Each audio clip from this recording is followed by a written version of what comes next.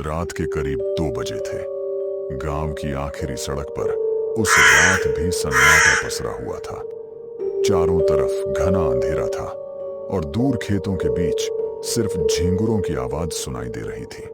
तभी सड़क के मोड़ से एक पुरानी बस दिखाई दी।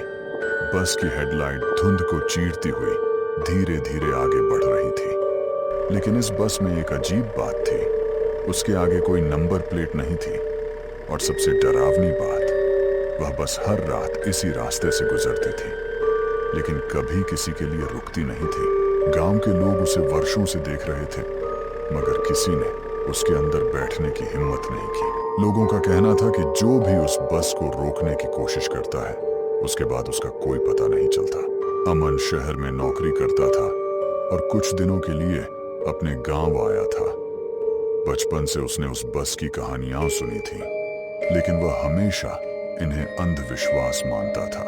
लेकिन एक रात गांव का 27 साल का युवक अमन उस बस का पीछा करने निकल पड़ा।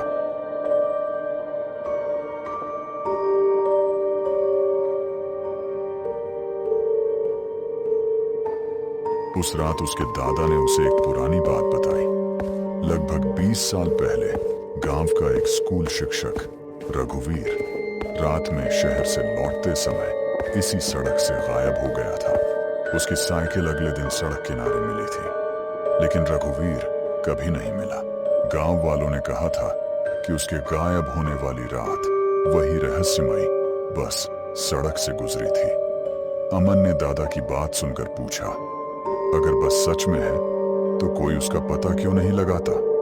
दादा कुछ देर चुप रहे, फिर धीमी आवाज में बोले, क्योंकि बेटा, वह बस सड़क पर नहीं चलती।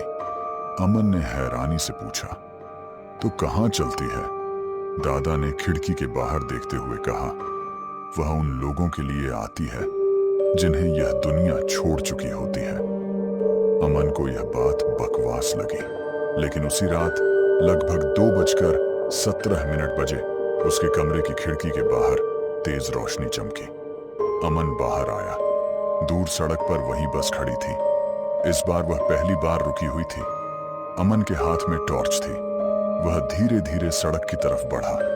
बस के दरवाजे अपने आप खुल गए। अंदर पीली कमजोर रोशनी जल रही थी। अमन ने दरवाजे के पास जाकर अंदर देखा।